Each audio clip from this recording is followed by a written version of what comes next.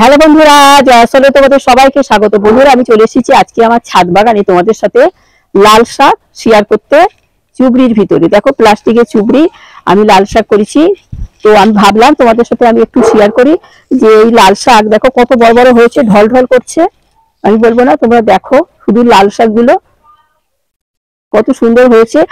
এরকম যদি 3-4টি চুবড়িতে আমরা যদি লাল শাক করে রেখে দিই স্টেপ বাই স্টেপ, মানে ধাপে ধাপে আর কি, আজকে একটা কিছু দানা ছড়িয়ে দিলাম, আবার 10 দিন পরে আবার একটা এরকম চুবড়িতে ছড়িয়ে দিলাম, তাহলে এই গাছগুলো শেষ হতে হতে আর একটা চুবড়ি আমরা নিতে পারবো। আর তারপরে আবার বসাবো, এরকম করে করে করবো। তো কিভাবে করব আমি বা কিভাবে করেছি আমার এই প্লাস্টিক চুবড়িতে লাল শাক, এবং নিজের গাছের বীজের থেকে কিভাবে আমি আবার পরবর্তীতে আমি আবার করব, সেটা তোমাদের সাথে শেয়ার করব। শুধু লাল শাক আমি কিছু দানা প্রথমে আমি একটু কিনেছিলাম, তারপরে আমি আর এখন দানা কিনি না, সমস্ত দানায় আমি নিজের বীজ নিজে রেখে, গাছের বীজ নিজে রেখে তৈরি করে আবার ধাপে ধাপে বসাই। তো যাই হোক, চলো বেশি দেরি না করে ভিডিওটা শুরু করি। আমি কিভাবে প্লাস্টিক চুবড়ির ভিতরে আমি লাল শাকটা করি বা করেছি, আগে আমি করেছি তোমাদের সাথে সেভাবে শেয়ার করিনি। তো আজকে আমি ভাবলাম প্লাস্টিক চুবড়িতে আমি লাল শাকটা কিভাবে করেছি আমাদের ছাদ বাগানে, সেটা তোমাদের সাথে আমি শেয়ার করবো। তাহলে চলো যাওয়া যাক। বন্ধুরা, আমি এই লাল শাকগুলো আমি কিভাবে চুবড়ির ভিতরে করেছি সেটা তোমাদের সাথে আমি বলছি একটু।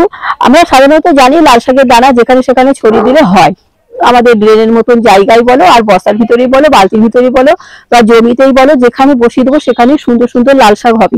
এই প্লাস্টিক চুবড়িতে আমরা ভাবি প্লাস্টিক চুবড়িতে এত বড় গাছ হবে কি, এই সবই ভাবি। তো দেখো এই ডাটাগুলো একেবারে সরু সরু না, কত মোটা মোটা দেখো, অজস্র এখানে আছে। আরো এখানে ছিল, আমি তুলে নিয়েছি, এই সাইড থেকে আমি কিছু তুলে নিয়েছি, কিন্তু তুলে নেওয়ার আগে আমি ভাবলাম তোমাদের সাথে একটু শেয়ার করি।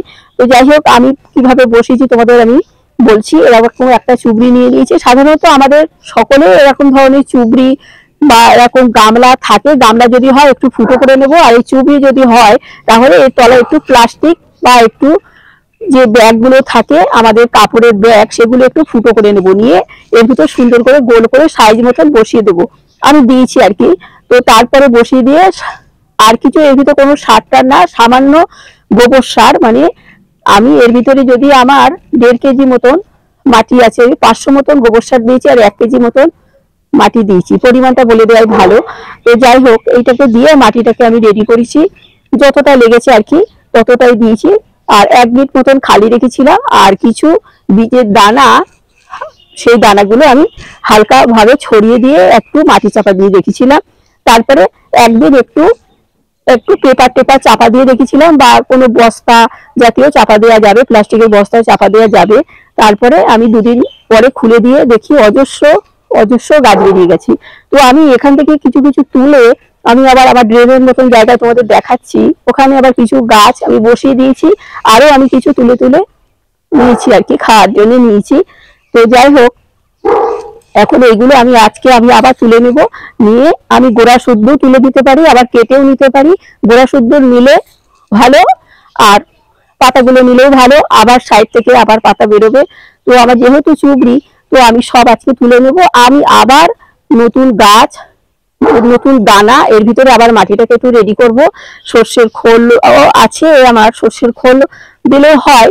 তা আমি গোবর সার আর মাটি দিয়ে করেছিলাম, তাতে এত ভালো হয়েছে। এবারে আমি একটু সর্ষের খোলও দিয়ে দেবো, পচা সর্ষের খোল আর কি, আমার ওই ম্যাজিক মাটি যেটা তৈরি করে রাখি সেটাও আমি একটু দেবো, বিভিন্ন পদ্ধতিতে আর কি করি। তো যাই হোক, আর এটা সব থেকে বড় কথা, এটাকে জল দেওয়া খুব সুবিধে।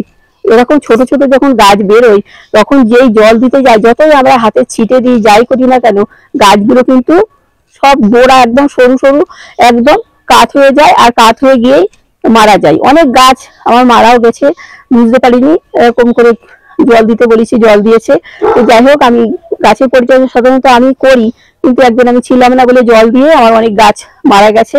তো যাই হোক, আর তারপরে এগুলোকে আমি জল দেওয়া সব থেকে সুবিধা কেন বললাম, বড় বড় গাছে জলে ছিটে দিলে অসুবিধা হয় না বললাম, যখন ছোট ছোট গাছগুলো হয় তখন স্প্রে মেশিন দিয়ে দিলে ভালো হয়। তো স্প্রে মেশিন সবাই থাকে না, বোতল ফুটো করে নিয়েও আমি জল দিই। আর আমি এটা কি করি, এটা একদম আমি এইভাবে নিয়ে বড় বড় বালতি বা গামলা বা ড্রামের ভিতর এইভাবে বসিয়ে দিই। এইভাবে বসিয়ে দিই, যখন দেখছি সুন্দর ভিজে গেল আমি তুলে আবার রেখে দিই। এতে জল দেওয়া খুব সুবিধে। তো যাই হোক, আমরা বলবো এরকম ঝুড়ির ভিতর চুবড়ির ভিতর আমরা এরকম গাছ করব। প্লাস্টিকের গামলা আছে, গামলার ভিতরেও আমরা করতে পারি। গামলাগুলো কিন্তু একটু ফুটো করে নিতে হবে, 4-5টা বড় বড় করে গর্ত করে নিতে হবে। তো এইভাবে আমরা করব। আর আমি আজকে সমস্ত এগুলো কেটে নেব, এরপরে আমি আবার বসাবো মানে বললাম। আর আমি কিভাবে বীজ রাখবো এবারে, আমি তো পরবর্তীতে আমি আবার বসাবো, তার জন্য আমি দুটো একটা গাছ যখন আমি করি ড্রেনের মতন জায়গায় বা অন্য অন্য জায়গায় আমি ছেড়ে দিয়ে রাখি, যে গাছগুলো থেকে বীজ হয় সেই বীজগুলো তুলে আমি আবার অন্য জায়গায় বসাই। তাহলে চলো আমি আর একবার তোমাদের এই বীজগুলো দেখাই কেমন আমার বীজ হয়েছে। বন্ধুরা, তোমাদের আমি বললাম যে আমি দেখাবো আমি কিভাবে বীজ রাখি। দেখো, এখান থেকে আমি একটা লাল শাকের গাছ আমি রেখে দিয়েছি, আর দেখো সমস্ত বীজ হয়ে গেছে।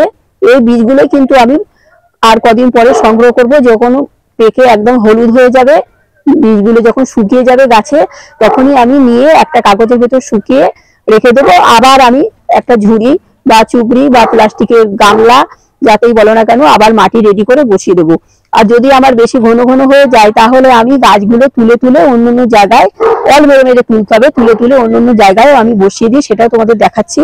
আর দেখো এটা কেমন বীজ, একদম বীজে ভর্তি হয়ে যাচ্ছে আস্তে আস্তে। শাকে কিন্তু প্রচুর বীজ হয়, একটা শাক গাছে অনেক বীজ হয়, যাতে আমাদের হয়ে যাবে। আবার যখন আমরা পরবর্তীতে আবার যখন গাছ বসাবো, এরকম মাঝে মাঝে একটা একটা ছেড়ে রেখে দেবো, সুন্দর হবে। আর একটা বীজ আমার একদম পেকে গেছে, সেটা তোমাদের দেখাচ্ছি। এখানে দেখো, এখানে এই বীজটা আমার একদম পেকে গেছে, কিন্তু এখনো কিন্তু হয়নি। এখনো কিন্তু আরো 10-12 দিন 15 দিন আমাকে রাখতে হবে, তারপরে কিন্তু হলুদ শুকনো মতন হবে। তারপরে এখনো কিন্তু এর ভিতরে বীজ হয়নি, তোমাদের দেখাই। দেখো এখনো এখনো ঠিক বীজ হয়নি, এখনো এটাকে 15 দিন 20 দিন রাখতে হবে। তারপরে একদম কালো কালো একদম ছোট ছোট দানা হয় যে শাকের, কালো কালো, সেইগুলো যখন হবে একটা আমি দেখবো, দেখে তারপরে আমি রোদ্দুরে শুকিয়ে রেখে দেবো। আর যেভাবে আমি বললাম সেভাবে আমি প্লাস্টিকের চুবড়ি, ঝুড়ি, মানে বালতি যে যাতে পারবো, বস্তা সব বসাবো। তো যাই হোক, তোমরা তাহলে আমরা এই বীজের কথা দেখালাম। আর আমি ড্রেনের মতন জায়গায় কিভাবে বসিয়েছি দেখো। এখানে দেখো আমি ড্রেনের মতন জায়গায় ছোট্ট ছোট্ট 1 আঙুল করে যখন গাছ হয়, তখন আমি এখানে সব বসিয়ে দিয়েছিলাম। দেখো এগুলো হচ্ছে, আমি আরো বসাবো, এই সাইড দিয়ে দিয়ে আমি সব বসিয়ে দেবো। এগুলো তোমাদের আমি দেখিয়ে দিলাম। এইভাবে অলমেরে তুলে বসালে কিন্তু সুন্দর সুন্দর গাছ হবে। যদি ভাবি আমার গাছগুলো ঝুড়ির ভিতরে খুব ঘন ঘন হয়ে গেছে, তো আমরা ওই ঝুড়ির সাইড থেকে থেকে তুলে তুলে আমরা নিয়ে নিয়ে আমরা অল মেরে মেরে বা এমনি শিকড় শুদ্ধ তুলে তুলে নিয়ে বিকেল বেলা বসাবো। গাছগুলো রোদ্দুরে বসাবো না, সুন্দর করে আমাদের যেখানে যেখানে আমাদের জায়গা আছে, বড় বড় এরকম গ্লো ব্যাগ, ছোট ছোট গ্লো ব্যাগ, এরকম সাইডে সাইডে একটা একটা একটা করে বসিয়ে দেবো, তাতে জায়গা। বন্ধুরা, আমি তাহলে এখন লাল শাকগুলো তুলে নিচ্ছি। দেখো কত বড় বড় লাল শাক হয়েছে। আমি এই লাল শাকগুলো ঝুড়ির ভিতর থেকে, তাহলে বন্ধুরা তোমরা আমার এই লাল শাক বসানো, প্লাস্টিকের চুবড়িতে লাল শাক বসানোর ভিডিওটা দেখলে, তোমাদের যদি ভিডিওটা ভালো লেগে থাকে, তোমাদের কাকিওকে একটা লাইক শেয়ার সাবস্ক্রাইব করে আমার চ্যানেলটার পাশে থেকো। আর আমি বলবো তোমরা এরকম প্লাস্টিক চুবড়িতে শাক গাছ করো, ধনে পাতা গাছ করো, বিভিন্ন ধরনের শাক, মেথি শাক, পালং শাক, সব শাকই কিন্তু হবে। তবে এত বড় বড় আমি করবো না, যেই আমার এরকম মাঝে মাঝে এরকম গাছ হয়ে যাবে কেটে নেবো।